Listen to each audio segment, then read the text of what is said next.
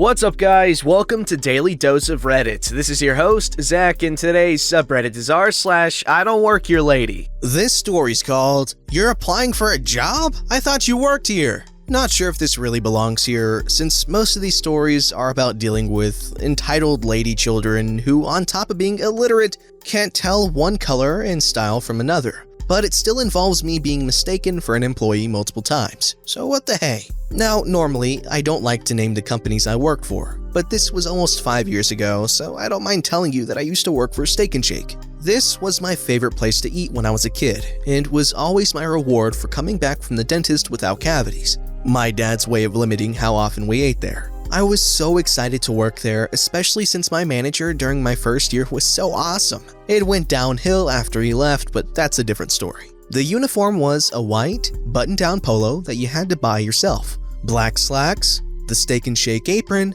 and a clip-on bow tie. The bow ties came in handy for a cosplay later on, so bonus! Now, I was in and out of homes at the time.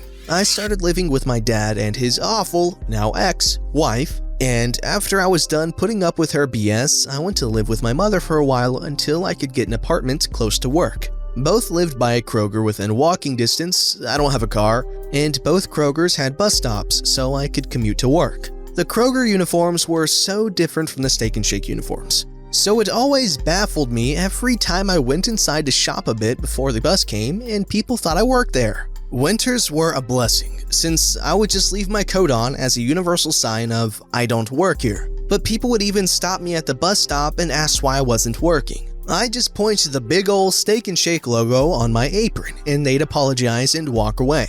This did not stop after I moved into an apartment either. I managed to find something close enough that I could walk to work, and there was a bus stop near the entrance and a grocery store on the way. Score! This store had a uniform of red polo shirts and the employee's name of either black or tan slacks. I still got mistaken for an employee whenever I would shop there, which at this point was practically every other day since it was easier to carry small loads and I didn't need to worry about wasting gas. The employees were really friendly too and would let me vent about my ever-growing grievances at work. Speaking of which, remember how I said management went downhill after my first year? It got so bad that I had a really bad anxiety attack one night, and almost didn't even get help if not for a registered nurse having been in the dining room at the time and heard me hyperventilating in the back. I'd never had issues with anxiety before that, but from then on, they became more and more frequent to the point that I was having them almost daily. I knew I couldn't go on like this, so I started looking for another job. There were other issues too, but the anxiety tipped the scale. So despite management actually begging me to stay, I was praised as the best drive-thru attendant there because I actually gave a darn. I started looking for another job. After only a few weeks, I managed an interview at my new favorite grocery store. Hey, I already got mistaken for an employee there, might as well make it official. I got in with the support of the greeter who always listened to me vent, and am surprised when I land a second interview immediately after my first, and am told to wait for a different team lead to take me to the back. On the way, he expresses his surprise to see me getting interviewed. Turns out, they wear white shirts in the meat department, and with how often I shop there, he'd always assumed I worked there. Well, at least after that day, he'd no longer be wrong. Sorry if this didn't have any Karens or violations of personal space, but people like that aren't very common where I live. All the issues I'd had at Steak and Shake were caused by employees, and rude customers were actually a dime a dozen. I did get approached a lot by Steak and Shake customers after leaving, but they just wanted to tell me how much they missed me and refused to go through drive-thru now that there wasn't a caring attendant anymore. And for those wondering, I was at that store for 4 years, and only had 4 anxiety attacks. Only one was caused by an employee, and management always took it seriously. I love that place. It's really sad how common anxiety is because it can really be debilitating, as in it really limits what you can and really are willing to do. You know what I mean? Not that I suffer from it personally, but I know a lot of people who do. This story's called, "He Waited in Line for This Ridiculous Flex." I'm an author on a book tour. I'm in a big chain bookstore, sitting at a table with a stack of my books in front of me and beside a 7-foot tall reproduction of my book cover. I'm chatting with someone while signing their book, and there are 3 people in line behind them. It's my first book, so 3 people in line is huge for me. I'm enjoying the hell out of it, and I'm working my hardest to make sure everyone is having a great time. And they mostly are. Mostly. I start to pick up an impatient vibe from the man at the end of the line. He looks kinda huffy, looking around a lot, and keeps trying to make eye contact with me as I'm writing a somewhat lengthy dedication for the person at the front. The front person asks if we can take a photo together. I say of course, because I am so not used to anyone wanting to take a picture with me, and I'm totally an attention hog. This really sets Grumpy Man off. "Really?" he barks. I'm trying my best to not be mad at Grumpy Man, because he's in line to buy my book. Maybe he's had an awful day.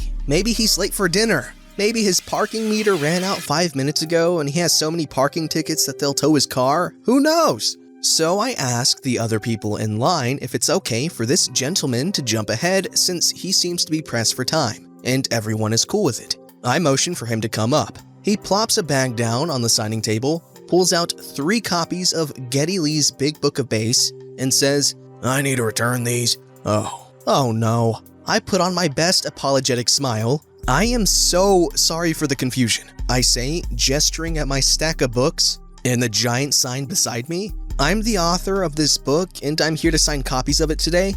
"Do I look like I care? I need to return these," he shouts. "For sure, I get that," I say. "I just don't know how I can help you. I don't work here. I'm just visiting this store to sign my book." I point towards the cash desk about 20 feet away and say, "I'm sure that the awesome people who work at the store will be happy to help you." "I stood in this line. I need you to help me," he snaps. I'm pretty convinced that he's not listening to me. I'm so sorry about that confusion. It makes sense. There was a line of people, you figured it was a line for the cash, and you stood in it. But it turns out it was a line to get my autograph. The good news is that there's no line at the cash. I point again towards the actual cash. The other people in line are having a great time watching this show, and a few people have come creeping over from the coffee shop attached to the bookstore to get a better view. "Cut out this author BS!" shouts Grumpy Man, "and get me your manager!" I stand up very slowly. I pick up a copy of my book from the stack and flip to the About the Author page. I hold it up beside my face and make the same smirking grin that I'm wearing in the headshot printed in the book. The visual aid seems to have worked because Grumpy Man grabbed his 3 copies of Geddy Lee's Big Book of Bass and toddler stomped his way over to the actual cash. Postscript, I wrote, "Cut out this author BS and get me your manager," below my signature for the people who witnessed this absurd event. Alright, this Redditor is one cool person, to keep their cool after all that. And you know what? I'm hoping that, they got a few extra customers from the coffee shop maybe, because that took composure. This story's called Appears I Meet the Requirements. Welcome to Boxmart. I'm the guy in the black scrubs and a lanyard that says FBI crime scene do not cross, attached to a badge with not this place clearly named. Never mind, I'm with my wife and kid. Twice I wander off to grab something we skipped or forgot. Twice randoms ask me where to find things. Frozen veggies, frozen seafood section, both oddly placed in my opinion. Both times, I'm not too sure, I don't work here, and I try to avoid this place, sorry. And on we go. Now I'm reaching atop the high shelf to get a meal replacement drink because I often need to not feel hunger pain while not having time to properly handle it. I'm reading the label and chatting with wifey about it. Spidey sense fails me. Wife looks up behind me a couple times and I don't register that I've applied for a new job. She tugs my sleeve and clears a path for Karen, saying, "Scooch over babe, I think she needs in." And I move while turning and saying, "Sorry, lost in the label. My application has been accepted. I'm hired and I start my new position 15 seconds ago. I receive a verbal warning for conduct immediately. When you're done messing around, I need you to show me where your irrelevant item is. Your useless kids just point and send me the wrong way." Took about 10 full seconds of blinking, thinking, and checking my outfit to realize all you need is a lanyard of any kind to get a job here. Coincidentally, it takes the same amount of time for a wild Karen to ignore all signs present and become enraged at not having their demands met with groveling. "Are you useless too? Let's go. I need a relevant item today." I give wifey a good, solid kiss. She blinks and stares confused. "Be back in a sec, beautiful. Be good for mommy, buddy." Kiddo doesn't think much, but wifey catches on. Really? Okay then, have fun. I check my badge again just to see if the ignition kicks on for Karen. Appears to run on steam and the coal fire is heating up. I'm pretty new, but we'll find it right this way, ma'am. She made it down 4 aisles that most definitely wouldn't have what she wanted before mentioning my incompetence. I can't see why they'd put you in charge. I can't help but agree. I'm right there with you, ma'am. Seems like a major oversight. She follows through pet food, buy the fish, and through shoes, but draws the line at electronics. I'm looking for your relevant food item. Why would you take me here? There's no food back here at all. It's been fun, but I'm bored, and she's either gonna get the point shortly or never. Yeah, you're probably right. Maybe we should get someone that works here. Should we try at the register? They can probably call a manager from there. Looks like the at-will employment in my state kicked in. She walked off toward the food, and I haven't received next week's schedule. I'm not hurt though. The pay was terrible. Okay, that read like almost like a 4chan green text almost at some parts, and then I don't know, the writing was weird, but I like this. It's kind of funny. Like, this is sarcasm, the Reddit post. This story's called Karen vs. Retail Veteran. Someone in my friend group keyed me in on this lovely sub after they had a good laugh at some of my stories. Over the years, I've grown to loathe people who treat retail employees like garbage, and I go out of my way to make a fool of them. So I'll share one story now. I worked for years in retail before switching careers. I went from dealing with people who asked for items based entirely on what the people in said items commercial were wearing to teaching children. And this is one story that makes me think the children are by far the smarter breed. For a while, I worked as a trainer for a very popular cell phone company. I would regularly visit cellular characters and do events for customers and train employees on relevant new features and items. So I was almost always dressed very well. The most dressed down I ever got was a polo, dress pants, and dress shoes, because I wanted to give a good and professional impression.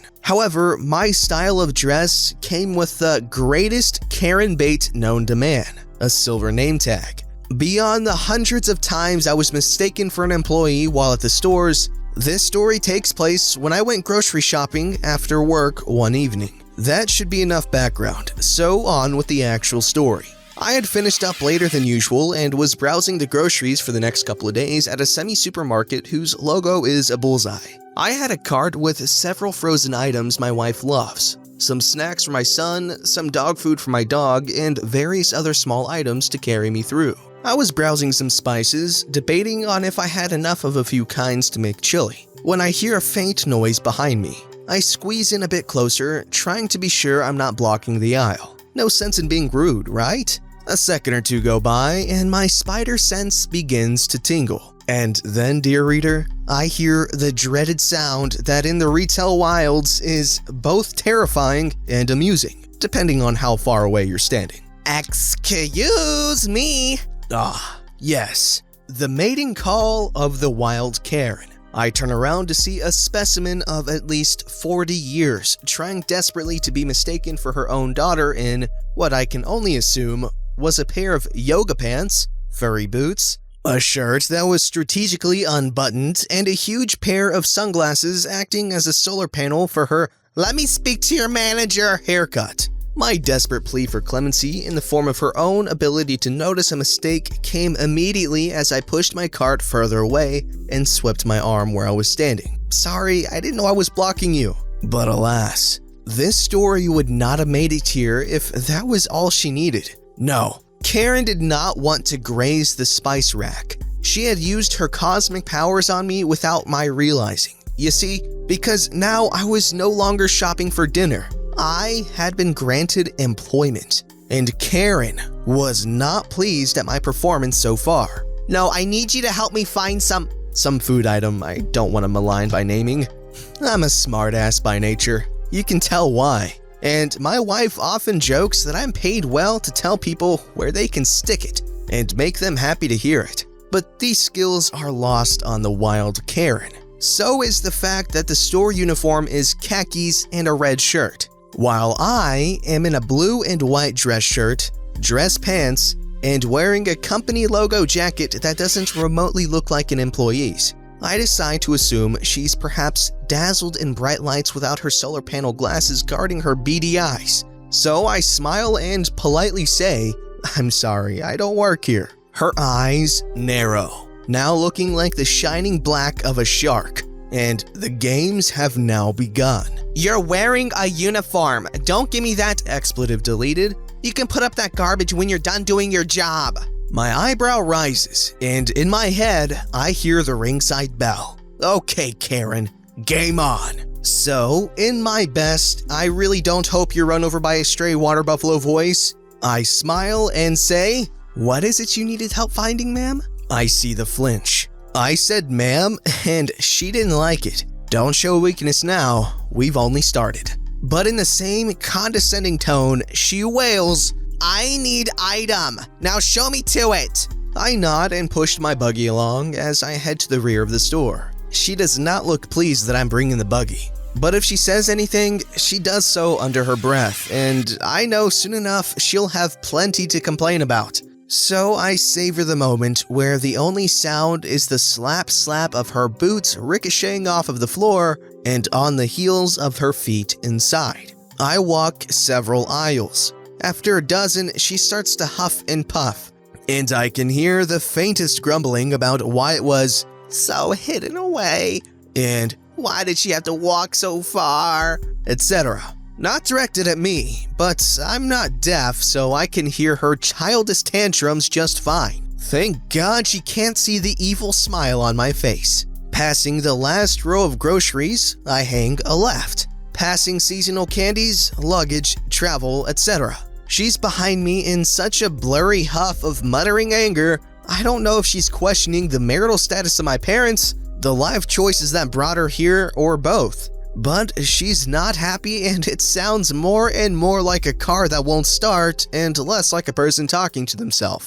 As we reach the book section, I wheel the cart right over and start down an aisle. Now the Karen is really angry. "Where the deleted are you going? I'm looking for item. If you're too stupid to find it, then maybe I should be talking to your manager." This is drawing a crowd from the nearby electronics section. My plan is working out better than I'd hoped. I stop in front of the small children's section and grab a thin copy of what's basically Toddler's First Spelling Book. A few letters playing with a small child on the cover and a title about learning the first few letters of the alphabet. Perfect. Walking back to the red-faced Karen, I offer the book. I don't say anything, I just extend my arm, showing her the cover. Like most people would, she takes the offered book, looks at it, looks at me, and basically growls. "What the deleted is this? Are you deleted stupid? Where is your manager? You are absolutely awful." Her wailing has attracted at least 2 employees who seem to recognize the whiny wails of the retail native Karen.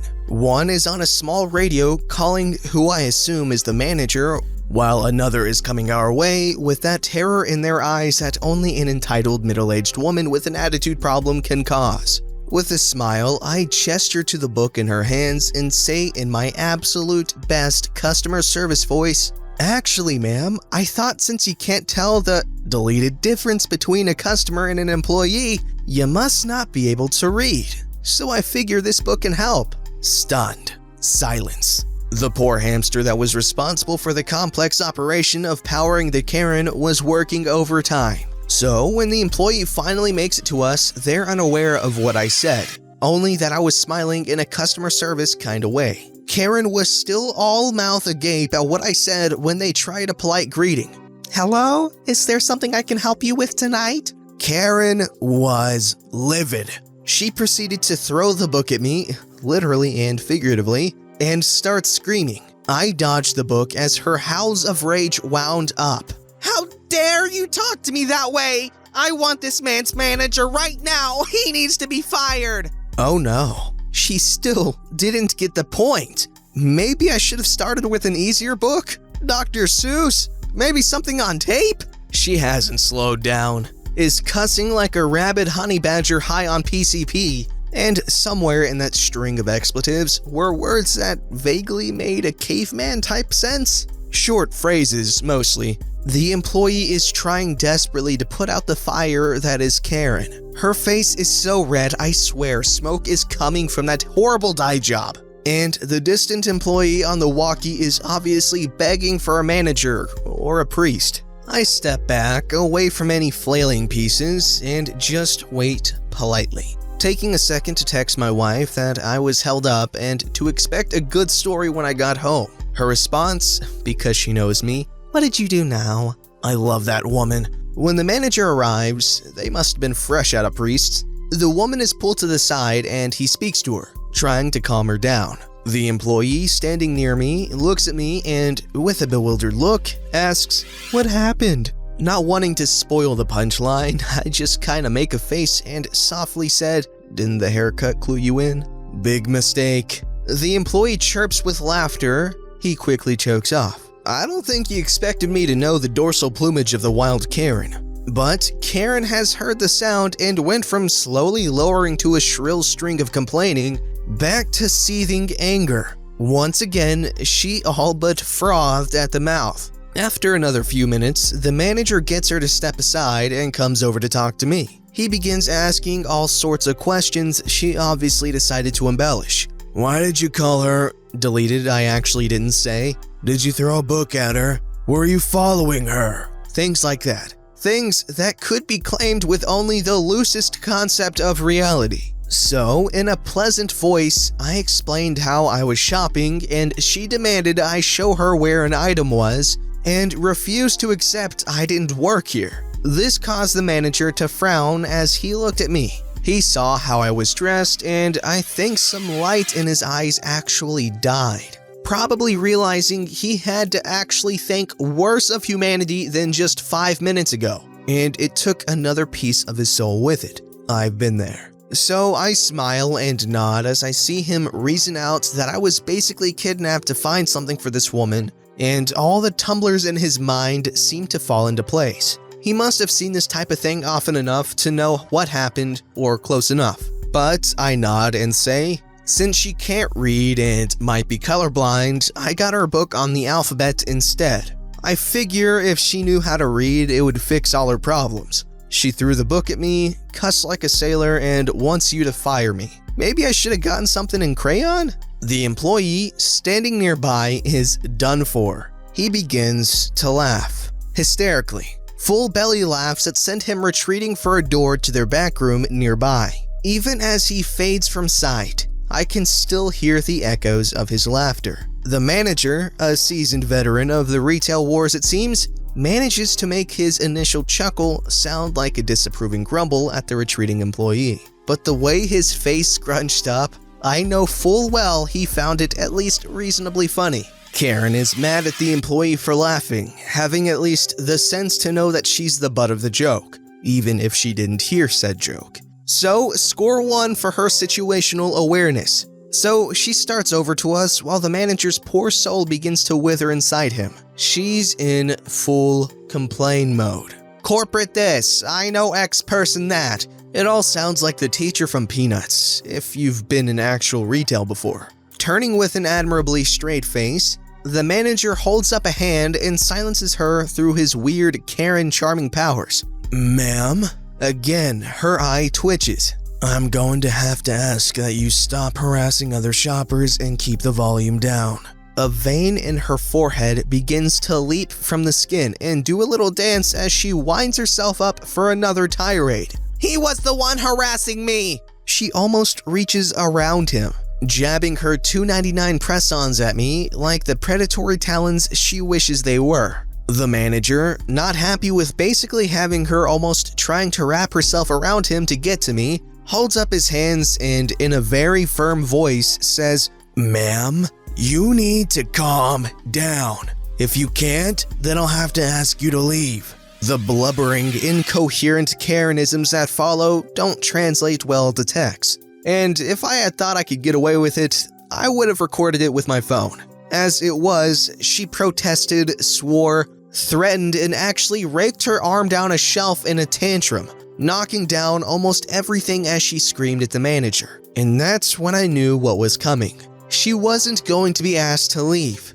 Oh no. At this point, she was about to become a captive audience. The manager called for someone in the clothing department and overwalked 2 women who, God bless them, managed to wrangle the woman and begin escorting her to the front. The employee, who'd walked away laughing, came over and escorted me back to the grocery and told me that she was going to be detained and barred from the store. He was in a good mood, except maybe having to clean up her tantrum, and we joked about the vast level of stupid we'd been graced to see. A few minutes later, I checked out and was walking to the door when 2 police walked in, rather annoyed looking. I left with a smile on my face. Moral of the story, kids: never inflict yourself on random people and assume they have to put up with your BS. You never know when you'll meet the crocodile hunter of Karens. Now that was some pretty good storytelling. You can tell this guy enjoys messing with stupid people. Don't forget to like, subscribe, and hit that bell to never miss an episode.